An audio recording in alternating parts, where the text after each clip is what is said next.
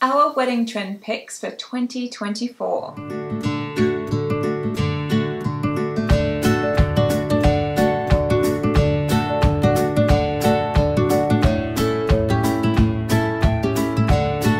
Hi and welcome back to Bride Society. I'm Laura and this is Rebecca, and we've reached that point in the year where we're looking ahead to 2024 and sharing what we think are the big wedding trends to come for 2024. So we're kicking off on colour. Now, in case you hadn't noticed, this year a big thing has been Barbie. So I don't know where you might have been that you've missed that, but Barbie has been a big film and big deal this year. And as with most things that are a big deal in society, like, they find a way to filter into weddings. And we think maybe Barbie Pink will be making an appearance within lots of weddings in 2024.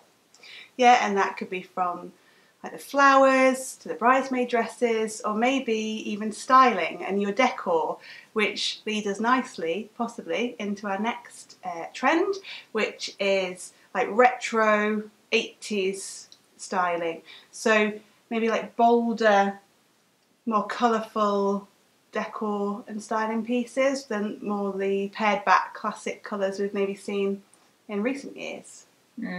Yes, and along with that look might be things like, bolder fonts instead of the more maybe cursive script kind of fonts that we used to see a lot of in weddings. Neon signs have been around for quite some time now, but we think that's really going to lend itself into this theme as well. And of course, disco balls. You might see some hanging out in the background over there. Yeah, they are huge. Now, they're not a new thing, and they've definitely been kind of around in weddings the last few years, I would say, but they're really gaining in momentum and popularity, and we're seeing lots more kind of disco ball, big features in weddings, even down to like a disco ball wedding cake I've seen. But they're just a really fun thing, especially if you're going for that more big dance party reception type thing. Have loads of disco balls around and the lights bouncing off them, and it creates an incredible atmosphere. Celebrities are jumping on this. I think it was Ollie Murs in his recent wedding, they had disco balls. They had it in a slightly different way, I think. Was it more like the whites and neutrals? Yeah, they made it kind of classy, but bringing in that kind of vibe. So they work for all types of weddings. Yeah. And maybe even throwing a few like tassels in there. Can be done in a few different decorative ways, or in with your stationery and things perhaps. And speaking of sparkly, shiny 80s retro things, moving on to our next one is glitter hair. But maybe not in the way that the image maybe springs to mind. This can look really beautiful. Yes, no digging through like your childhood bedroom to find those like glitter mascara things that you used to put in. That's not what we mean. No. Something a bit more sophisticated, but just adds that extra little bit of something to your wedding hair if you don't want to maybe go down like the hair pieces or flowers, but you just want something to make you stand out, even though you'll be the one wearing the wedding outfits. Yes. But stand out even more. Yes, but it almost ties you into the theme if you've gone with the glitter balls and all that, like Laura was saying. And then, sort of moving more down the head route, veils. So instead of the kind of plain classic kind of veils which we've seen in the past, we're now coming back around to sort of detailed embroidered veils. So I mean, everything goes around in cycles, doesn't it? But these are back, and this could also be an opportunity to add a little bit of colour, even if you wanted. And I feel that again lends itself to the 80s theme a little bit as well, just having kind of these flashes here and there. Maybe it's a bit of Barbie Pink that you're throwing in. And moving on to your outfits. So in recent years, the kind of lace shrugs, tops, boleros have become very popular. We're moving away from lace for this wedding like dress or outfit trend, and We're still talking tops, so it's something that's like a 2-look-in-1, or maybe organza sheer tops to go over your outfit. So you could perhaps wear this for the ceremony and first part of the reception, and then later on you can whip it off and you've got a whole new look. And I think the beauty of keeping that part quite simple, and as Laura said, not lace ones but organza ones, is that if your veil is doing all that extra work already, it could be quite busy if you were doing that with the top as well. So I think they're kind of complementary in that way, so you can do it all. And when it comes to those wearing suits and boutonnieres, or buttonholes, whatever you want to call them, we've been seeing really quite a cute hack to, or like easy way of achieving these. So with having your like flowers basically in your top pocket instead of a like handkerchief pocket square type thing.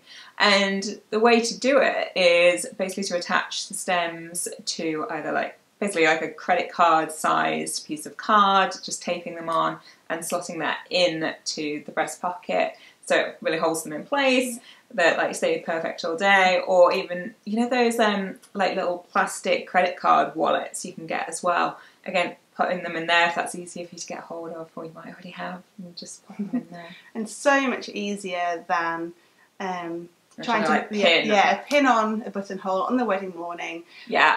I feel like if you're a wedding photographer, that is one of the main jobs on your wedding day, on the wedding day, is helping whoever's wearing a suit and having a buttonhole or boutonniere to pin it on there. Yeah, they should list it on their sort of invoice for the day ahead of time. And something else which isn't new, but it's definitely gaining in popularity, and I think it will be one of those things that's just automatically thought of from next year, is preserving your bouquet. So we've done a video a while ago about kind of drying your flowers out to preserve them, but resin is really the big thing at the moment and going forward, where there are companies that will like dry and then preserve your bouquets in various different things. So they could be like coasters or just like an ornamental thing, or various other jewellery. So many options. Obviously not the whole bouquet. No. That would be quite a heavy necklace. So you've got then something to keep forever that was with you on your wedding day. Yeah. Then we were thinking about celebrant-led weddings. So there's been a 49% increase in search volume for celebrant-led weddings in the last year. And whilst in England that's not a legal wedding, you can still go that route if you want. People are, I think, looking for a kind of more personalised type ceremony that reflects more of you as a couple, which I think is really wonderful. And so the way you could handle that is doing the legal ceremony separately, just sort of down at the registry office. I've got courthouse in my head, I've been out of the country too much. And doing the sort of paperwork side there, but having a sort of celebrant-led wedding ceremony. Something else that's gaining a lot of popularity about like an activity to have at your wedding are these live portrait artists. So I think we've touched on this in a favours video before, that it's something that your guests might actually want. And they basically come along on the day and will either draw or paint a little sketch or portrait of all your guests that are there. And then the guests can take it away with them, and they've got, again, a keepsake that they probably will display in their home. Yeah. It's just something quite fun, and everyone can kind of get engaged in. Yeah. And the last thing on our trends for 2024 is that, so there's been an uptick in seeing wedding content creators. So I appreciate in some ways we're wedding content creators, but we mean in the sense that you can hire them to come to your wedding, just as you would any other kind of wedding supplier. So they come along and film clips for your TikTok, this, that, and the other, that you can have that after the day. So it's slightly different function from your videographer or your photographer, but that's an option that's kind of popping up, a route to go. But you don't necessarily need to hire someone for that. You can, or you could ask friends, family to film little clips and send them to you as well, so you can compile that yourself. But if you don't want to put the onus on them, there are now people that will do this for you. One thing to just double check with the rise of these people that you can hire for your weddings, often photographers and videographers might have in their contract that they're kind of the only ones that are allowed to be there. So just make sure you check with them whether that would cause any kind of conflict of interest. As they're providing a different service, it will probably be fine, but always good just to get that confirmation before you go ahead and hire someone else that might step on anybody's toes. And I think as well, some of the content that we've been seeing coming from this, like people have been, now what did you call it, the Princess Diaries? Yeah, so the TikTok trends from this one particular from the audios from the film The Princess Diaries, the makeover scene. I know the trend, I didn't know was where it come from. She has to tell me. Yeah, so things like that you can then do in your own way on your wedding day. Paolo is exhausted because Majesty, only Paolo, can take this and give you a princess.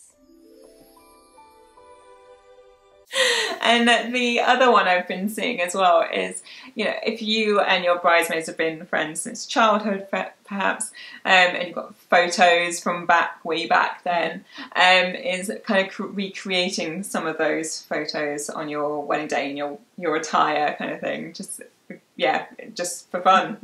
An idea. Yeah, I think it's all just to have those extra like fun bits that aren't maybe so formal, and if you've got the time on the day and you've got someone to do it, because you'll be quite busy on the day, but if there's someone there that can kind of guide and slot it into your timeline, why not? Yeah, definitely. I think definitely if you're doing the childhood photos thing, like come in with a plan, like have the photos. Don't start there thinking, going, oh, which one can we do? Because you definitely want time for that. Anyway, as I say, they are our 10 trend picks for 2024. What do you think? Do you think any of those are going to catch on and get even bigger next year? Are you doing any of them yourself? We'd love to know. If you have any other big picks for next year, let us know in the comments below. We're intrigued to find out what you think. But otherwise, if you liked the video, if you could give it a like, and don't forget to subscribe so you don't miss more content like this, because we're here every Friday with a new video.